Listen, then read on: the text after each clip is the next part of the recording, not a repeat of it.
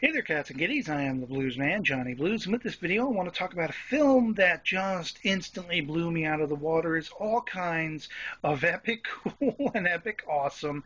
That is the Guillermo del Toro directed Pacific Rim, co-written by Del Toro as well, the screenplay with Travis Beacham, and it's actually based on a graphic novel, if my understanding is correct, which I was completely unfamiliar with before seeing this film, and I'll definitely be wanting to check out at some point in the future.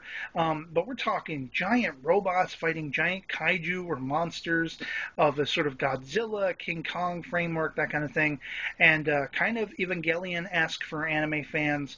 I mean, this was just like nothing I've ever seen before, really.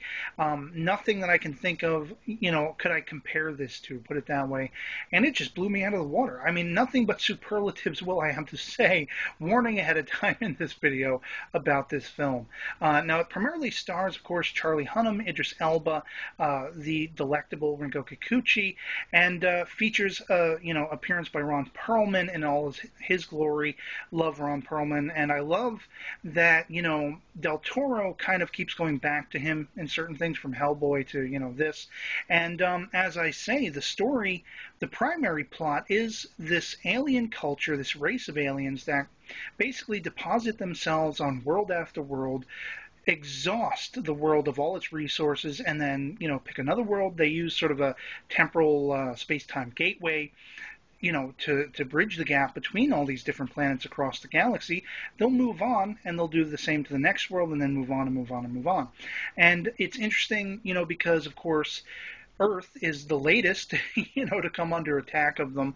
And so humanity creates these giant robots that they instantly find out in the early going one pilot cannot, handle the prowess needed. So they need to have a dual pilot system with this psychological bridging effect called drifting. If two pilots are compatible, drift compatible, they can co-pilot the thing using one person for one side of the brain, the other person for the other side. And it's just very technical, very awesome, very cool and unique, this sort of system, and how that, sort of can get interrupted if somebody gets trapped in their own recollections and memories and fantasies. And some of that happens with Rinko Kikuchi's character in the film, who is very sort of, sensitive and overly sort of plagued by bad memories and stuff like that. Idris Elba is very stoic and very cool, and his relationship to her in this film is one that you kind of sort of see hints toward, you kind of see coming a little bit, but the payoff is still there as far as making him that much more worthwhile by the end. And the relationship between her character and Charlie Hunnam, who is this guy who was kind of like an up-and-comer, very well-adept, piloter of this particular kind of robot, known as Jaegers, with his brother, but his brother ended up dying in a battle with a kaiju, and so he's been, out of the loop for a while, but they need him to come back because it seems like these kaijus are coming at a much more accelerated rate.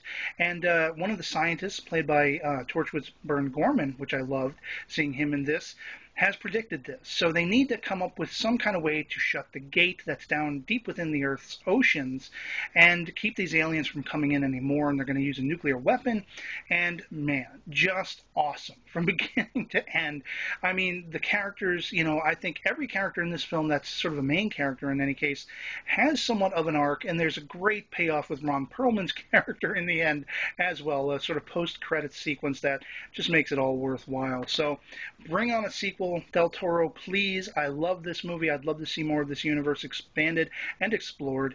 And yeah, otherwise that'd be pretty much it for me on this. Hope this video finds you well, and I'll catch you all later. Peace.